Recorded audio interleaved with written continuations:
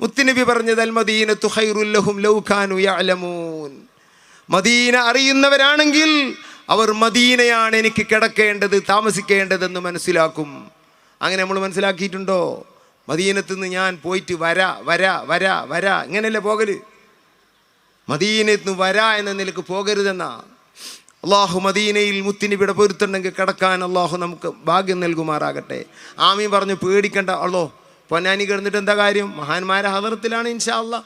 അതല്ല ഞാൻ പറയുന്നത്. മദീന അങ്ങനെയല്ല. മൻ ഖദറ യമൂത ബിൽ മദീന ഫല്യമൂത് ബിഹാ. മദീനയിൽ മരിക്കാൻ കഴിഞ്ഞാൽ അത് വലിയ ഭാഗ്യമാണ്. അവിടെ മരിച്ചു കൊള്ളട്ടെ, ഞാൻ അവന് ശഫാഅത്ത് ചെയ്യുമെന്ന് നബിയുനാ റസൂലുള്ളാഹി. അത് എവിടുത്തെ ശഫാഅത്ത്? ആഖിറത്തിലോ? ആഖിറത്തിലെ ശഫാഅത്ത് മദീനയിൽ മരിക്കണം എന്നൊന്നുമില്ല. എവിടുന്ന് മരിച്ചാലും കിട്ടും റസൂലുള്ളാഹിന്റെ ശഫാഅത്ത്. അല്ലാഹു അതും നമുക്ക് നൽകട്ടെ. ഖബറിലെ ശഫാഅത്ത് കിട്ടും. ഖബറിൽ ശിക്ഷ ഉണ്ടാവില്ല. മുത്തുനബി ശഫാഅത്ത് ചെയ്യും. അല്ലോ മദീനയിൽ എത്ര വഹാബി കിടന്നു, എത്ര പിഴച്ചവൻ കിടന്നു. ഇല്ല മക്കളെ, അങ്ങനെ മദീനയിൽ ആരെയും മറവ് ചെയ്യപ്പെടുകയില്ല. അങ്ങനെ നിങ്ങൾ തെറ്റിദ്ധരിക്കണ്ട. മദീനയിൽ തമ്മാടികൾ, ബിദ്അത്തുകാർ, അള്ളാഹു പൊരുത്തപ്പെടാത്തവർ കിടക്കുകയില്ല. മറവ് ചെയ്യൂല എന്നല്ല പറഞ്ഞു. മറവ് ചെയ്താൽ ഉടനെ തന്നെ അവിടുന്ന് മാറ്റം ചെയ്യപ്പെടും. ഇതെൻ്റെ വക പറഞ്ഞതല്ല. മഹാനായ ഇമാം ഫാസി അവിടുത്തെ ശിഫാഉൽ ഖറാം ഫി സിയാറത്തി ബലദിൽ ഹറാം എന്ന ഗ്രന്ഥം, 2 വാള്യമുള്ള ഗ്രന്ഥമാണ്. അതിൽ പറഞ്ഞിട്ടുണ്ട്. ഇവിടെ ഉണ്ടാവും കിതാബ്, എടുത്ത് നോക്ക്. അവിടെ കിടക്കാനയക്കൂല. അനുഭവങ്ങൾ എത്രയോ അതിൽ എഴുതി വെച്ചിട്ടുണ്ട് ആ കിതാബിൽ. ബിദ്അത്തുകാരനെ മറവ് ചെയ്തു. ഒരു ബിദ്അത്തുകാരനെ ജന്നത്തുൽ ബഖീൽ മറവ് ചെയ്ത് ഇങ്ങോട്ട് പോന്ന്. പിന്നെ ചെന്ന് നോക്കുമ്പോൾ ഖബർ തുറന്നിട്ടുണ്ട്. ഒരു പൊടി മണ്ണ് പോലും ചുറ്റുഭാഗത്തില്ല. ഇഷ്ടികൊക്കെ തട്ടിയിട്ട് കിടക്കുന്നുണ്ട്. കൊണ്ടുപോയിന് അവൻ അവിടുന്ന്. അത് ഒരു ദിവസത്തെ അനുഭവമല്ല. ഇത് ഇമാം സഖാവി തങ്ങൾ അവിടുത്തെ മഖാസിദുൽ ഹസനയിൽ പറഞ്ഞിട്ടുണ്ട്. തുഹ്ഫത്തുൽ ലത്തീഫയിൽ കാണാം. സഖാവിയുടെ തുഹ്ഫത്തുൽ ലത്തീഫ ഫി ഫളായിലിൽ മദീനത്തി ശരീഫ എന്ന ഗ്രന്ഥത്തിൽ കാണാം. പല കിതാബിൽ ഇത് കാണും. ശിഫാഉൽ ഖറാമിൽ കാണാം. എന്നാൽ പൊന്നാനിയിൽ മറവ് ചെയ്യപ്പെട്ട ആള്, മറ്റൊരു നാട്ടിൽ മറവ് ചെയ്യപ്പെട്ട ആളെ അള്ളാഹുവിൻ്റെ റസൂലിൻ്റെ അടുത്ത് കിടക്കണമെന്ന് ആഗ്രഹം പറഞ്ഞ് മുത്തുനബിയെ അള്ളാഹുവിനോടും പറഞ്ഞ് സ്വീകരിക്കപ്പെട്ടവനാണെങ്കിൽ അവനെ പൊന്നാനിയിൽ മറവ് ചെയ്യപ്പെട്ട ശേഷം മദീനയിലേക്ക് കൊണ്ടുപോകപ്പെടും. അള്ളാഹു അതിനെങ്കിലും നമുക്ക് തൗഫീഖ് ചെയ്യട്ടെ.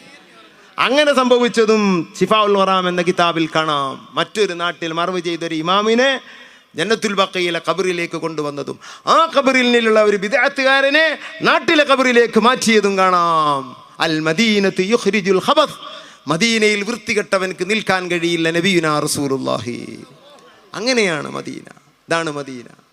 ആ മദീനയിൽ ചെന്നാൽ ചെരുപ്പിടാത്ത ആളുകളുണ്ട്. ആ മദീനയിൽ മൂത്രമൊഴിക്കാത്ത ആളാണ് ഇമാം മാലിക് റളിയല്ലാഹു അൻഹു. നമുക്കതിന് കഴിയില്ല. ചെരുപ്പിടാത്തവർ. നമ്മൾ ചെരുപ്പിടുന്നു മാത്രമാണോ? ചിമ്പുളിയും തിരക്കല്ലേ മദീനയിലെത്തിയാൽ. ഉസ്താദുമാർക്കൊക്കെ പേടിയാ മദീനയിലെത്തിയാൽ.